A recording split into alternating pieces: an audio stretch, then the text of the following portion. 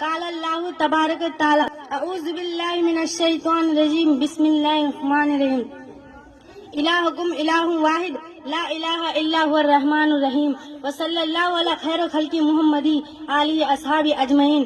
جناب صدر، وقار مہمانان اعظام، علماء کرام، پردہ میں رہنے والی باوقار میری ماں اور بہنوں، السلام علیکم ورحمۃ اللہ وبرکاتہ۔ وعلیکم السلام۔ ابھی میں طفل مکتب ہوں، نوائز ہوں نہ فرزانہ، صدائے دل میں گنجی ہے سنا دو حق کا پروانہ۔ میرے محترم بزرگوں، ہر دل عزیز ساتھیوں، میں کوئی مقرر یا عالمہ نہیں جو آپ حضرات کو کچھ بہتر سنا سکوں، بلکہ میں تو آپ کے محبوب مکتب فاطمہ الزہرا کا ایک ادنیٰ درجہ حفظ کا طالبہ ہوں۔ دعا کرے اللہ تعالی ہم سبھی بچوں کو علم دین حاصل کرنے کی توفیق عطا فرمائے، آمین ثم آمین۔ میں نے آپ کے سامنے قرآن شریف کی ایک آیت تلاوت کی ہے۔ میں چاہتی ہوں کہ اسی آیت کو موضوع بنا کر کچھ دین کی باتیں کروں۔ آیت کریمہ کا ترجمہ یہ ہے، اور تمہارا معبود ایک ہے، اس کے سوا کوئی عبادت کے لائق نہیں، وہ بہت بڑا مہربان اور نہایت رحم کرنے والا ہے۔ حضرات، تاریخ کے مطالعہ سے ہمیں معلوم ہوتا ہے کہ اس دنیا میں جتنے بھی پیغمبر تشریف لائے، انہوں نے اپنی اپنی قوموں کو توحید کی دعوت دی اور بتایا کہ خدا ایک ہے، اس کے برابر کوئی نہیں، اس نے کائنات کو پیدا کیا اور اسی طرح کائنات کی سب چیزوں کو پیدا کیا۔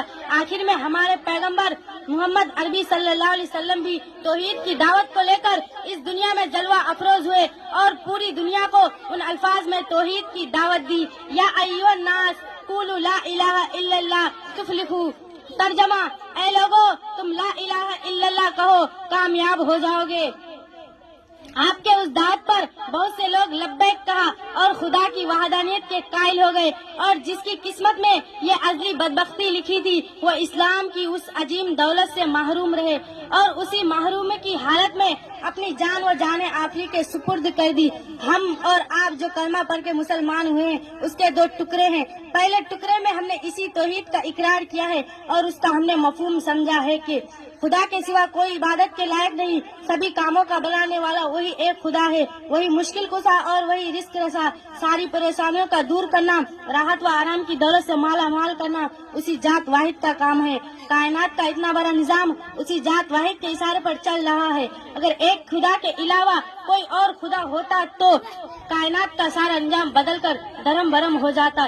قرآن شریف میں ہے لو کان فیہما آلہۃ الا اللہ لفسدتا۔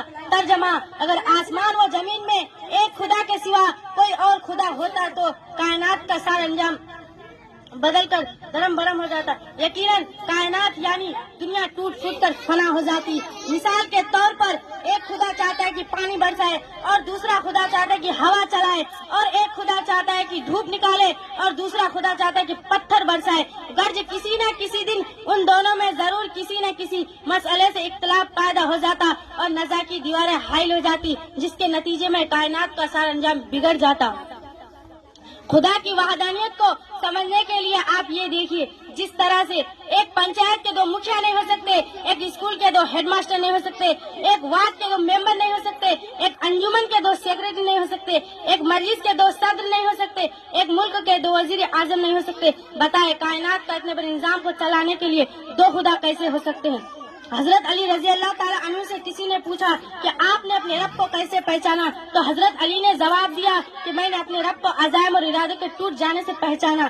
غرض کائنات کی ساری چیزوں پر انسان غور کرے تو اس کو اسی وحدانیت کے بہت سے دلائل شائع نظر آئیں گے۔ زمین و آسمان، آفتاب و مہتاب، چاند و سورج، ستارے و سیارے، دریا و سمندر، جنگل و پہاڑ، چشمے و جھیلیں، ندیے تالاب، بارش و شبنم، باغ و کھیت، کھلیانے مویشی، چرندے پرندے وغیرہ، یہ سب خدا کی وحدانیت کے زندہ مثالیں ہیں، جس کو دیکھ کر انسانوں کو چاہیے کہ ایک خدا کے قائل ہو جائے، سارے معبودان باطل کو چھوڑ کر ایک خدا کے سامنے اپنے سر کو جھکا لے، اسی میں کامیابی ہے اور اس کے علاوہ دوسرے راستوں میں ناکامیابی اور رسوائی ہے۔ خدا ہمیں توحید کا مت والا بنائے اور توحید کی دعوت کو لے کر سارے دنیا میں پھرنے والا بنائے، آمین۔